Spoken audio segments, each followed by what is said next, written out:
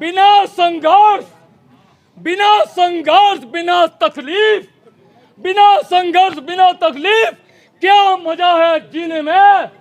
तूफान भी देगा रास्ता जब आग लगी हो सीने में। अपनी बात भी करूं तो मैंने खुद बीजेपी को वोट किया है। मुझे बहुत दुख होता है कि मैंने क्या सोचकर बीजेपी को वोट किया था कि यह सरकार हमारे लिए कुछ करेगी। अगर इसी तरह इनका कार्य कर रहा तो मुझे नहीं लगता कि अगले साल मैं बीजेपी को वोट दे पाऊंगी, और इसमें मुझे कहने में कोई शर्म नहीं है।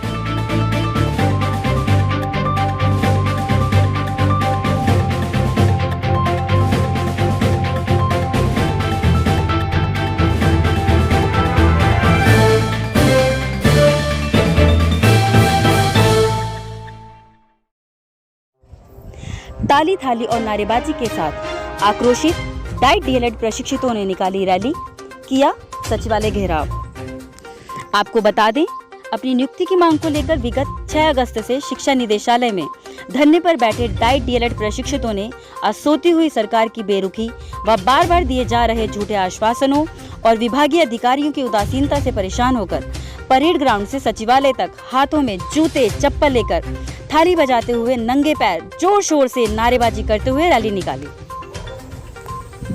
डाइट डीएलएड संघ के प्रदेश सचिव हिमांशु जोशी का कहना है कि निर्विवादित हम 519 डीएलएड प्रशिक्षित सरकार की उदासीनता और अन्य संघ द्वारा दायर किए गए कोर्ट केस में बेवजह पिस रहे हैं। हम भावी शिक्षक कलम के सिपाही हैं, लेकिन सत्ता के कंदरदानों ने हमें हाथों में थाली जूते लेकर नंगे पैर चलने पर मजबूर कर दिया। ये पूर्ण रूप से सरकारी तंत्र की विफलता है। प्रदेश मीडिया प्रभारी प्रकाश दानू ने बताया, 70,000 अभ्यर्थियों से चुनकर आए हम 650 प्रशिक्षितों ने विभाग से 2 वर्ष का प्रशिक्षण प्राप्त किया, जो दिसंबर 2019 में हुआ। इसके बाद से डाइट संघ लगातार मंत्री व विभाग में अपनी भर्ती की मांग को लेकर उनसे लगातार गुहार कर रहा है। मजबूरन प्रशिक्षितों द्वारा विज्ञप्ति निकालने हेतु भी 3 बार निदेशालय में धरना देना पड़ा। उसके बाद विभाग द्वारा भर्ती को ठंडे बस्ते में डाल दिया गया। नाराज व परेशान प्रशिक्षितों ने फिर से भर्ती को पूरा कराने के लिए निदेशालय में धरना प्रारंभ किया है। सचिवालय में शिक्षा सचिव राधिका झा से हुई वार्ता में उन्होंने डाइट प्रशिक्षितों की मांग को स्वीकार करते हुए बोला कि आगामी 16 अगस्त को कोर्ट में केस की पैरवी महान्यायवादी द्वारा की जाएगी और जल्द से जल्द कोर्ट में लंबित केस को निपटाते हुए प्राथमिक शिक्षक भर्ती पूरी की जाएगी। प्रदेश उपाध्यक्षा दीक्षा राणा ने बोला कि जब तक प्राथमिक शिक्षक भर्ती पूरी नहीं हो जाती तब तक धरना स्थगित नहीं होगा और हम लगातार निदेशालय में धरना जारी रखेंगे।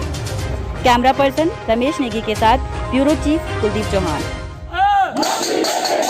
हमने यही ठाना है, यही ठाना है, हमने यही ठाना है, हमने यही ठाना हो, जो मजबूरी हो। हमारा जो आज धरना था, यहाँ रैली थी, ये इसी पर्पज से था। जो प्राथमिक शिक्षक भर्ती निकली है 2018 में, 2020 में निकली है, उस पर कोई काम नहीं चल रहा है। वो ऐसे ही वेंटिलेटर पे पड़ी है, वो पूरी नहीं की जा रही है। कोर्ट में केस लंबित है, सरकार उस पर कोई कड़ी पैरवी नहीं कर रही है। तो उसी से निराश हताश होकर हमने आज ये रैली निकाली। ताकि इससे पहले हम सचिव मैम से मिलने का प्रयास किया था, ना हमें वहाँ पे कोई मौका मिला। तो आज हमारे एक दल उप सचिव मैम से, जहाँ पे हमने एक मांग रखी कि हमारी जो प्राथमिक शिक्षक भर्ती निकली है इसको जल्द से जल्द पूरा किया जाए और जो कोर्ट में केस देख रहे हैं वो अटॉर्नी जनरल देखें।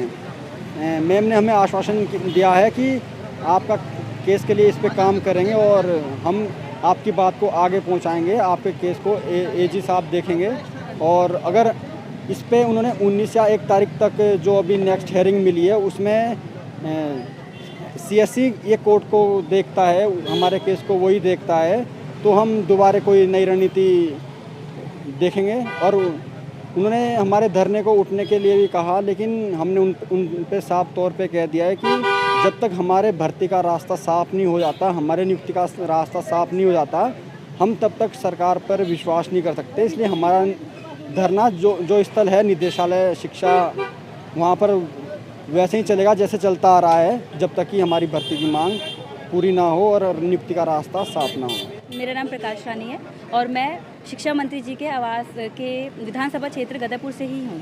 मैं लगातार मंत्री जी से मिल रहे थे, हम वहाँ पर कम से कम 20 या 25 बार हम मिल चुके हैं। मंत्री जी द्वारा लगातार हमें आश्वासित किया गया है कि आप हमारे ही बच्चे हो और हमारे ही विभाग से आपने प्रशिक्षण लिया है, तो हमारी जिम्मेदारी बनती है कि हम आपको नियुक्ति दें। लेकिन विज्ञप्ति निकलने के 1 साल बाद तक भी अभी तक नियुक्ति नहीं हो पाई है और प्रशिक्षण के भी 2 साल पूर्ण हो चुके हैं। सरकार से मेरा निवेदन है कि वे कोर्ट केस का बहाना ना बनाए, जो कि अड़चन आ रहा है, क्योंकि यह कोर्ट केस भी इसी वजह से हुआ था क्योंकि हमारे ही प्रशिक्षण के दौरान लगातार नियमावली में परिवर्तन किया गया और उसी लूप होल्स की वजह से आज यह दिक्कत का सामना करना पड़ रहा है। तो सरकार से मैं रिक्वेस्ट करती हूँ कि वे जल्दी से जल्दी हमें नियुक्ति दें, क्योंकि जब तक नियुक्ति नहीं होगी तब तक यह हम धरना समाप्त नहीं करेंगे तथा लगातार निदेशालय में बने रहेंगे।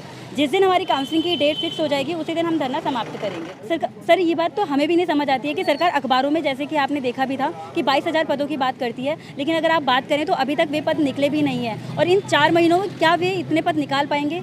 हम अगर देखते हैं सिर्फ हमारी ही भर्ती नहीं, अगर PCS की भी बात कर दी जाए तो वो भी 4 सालों में एक भर्ती पूर्ण होती है। इस तरह सरकार रोजगार के नाम पर सिर्फ लोगों को धोखा दे रही है। हम पढ़े लिखे लोग बच्चों के साथ इतना अन्याय हो रहा है, सरकार इस ओर ध्यान ही नहीं देना चाहती है, सिर्फ अखबारों में ही वह रोजगार दे रही है, ना कि धरातल पर दे रही है। तो सरकार की मंशा साफ है कि वे जब भी आपने देखा होगा कि सरकार इतनी बड़ी बड़ी रैलीज करती है और वहाँ पर रोड पर आएंगे और उस टाइम में चाहते हैं कि हम उनकी बातें सुने।